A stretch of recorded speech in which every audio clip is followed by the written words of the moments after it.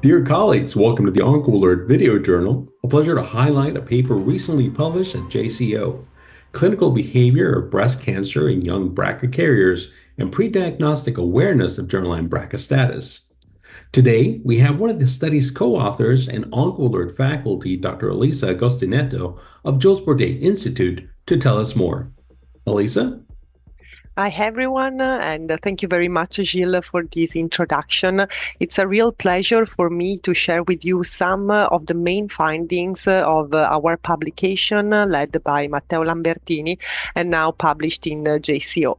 So first of all, I'm particularly proud to share this work because it comes from a global collaboration, a purely academic effort that involved 78 institutions worldwide, and that created the largest global cohort of BRCA carriers with a diagnosis of breast cancer at a young age.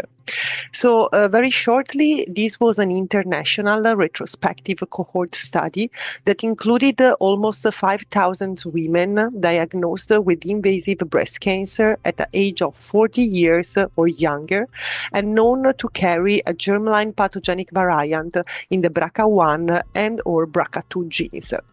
So in this analysis, we addressed two main questions. First of all, is there a difference in the clinical behavior of breast cancer in young BRCA1 versus BRCA2 carriers? And secondly, what is the impact of the timing of the genetic testing on prognosis? So concerning the first point, we observed that indeed there are some differences in the clinical pathological characteristics of breast tumors in women who are BRCA1 or BRCA2 carriers.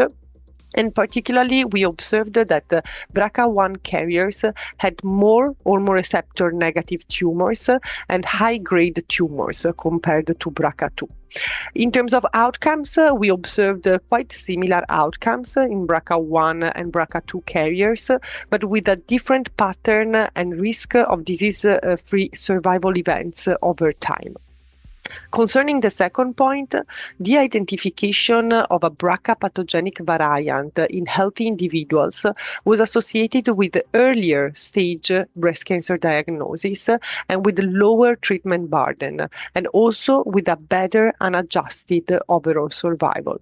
So in conclusion, I think our results are quite important because they highlight the importance of identifying healthy women at risk of carrying a BRCA1 or a BRCA2 pathogenic variant, to offer genetic counseling and to inform them about the early detection options that may lead also to a better prognosis. And there you have it, folks. Please feel free to follow Dr. Agostinetto on social media for great breast cancer research. And of course, access this paper directly from the JCO website through the provided QR code and link in this post.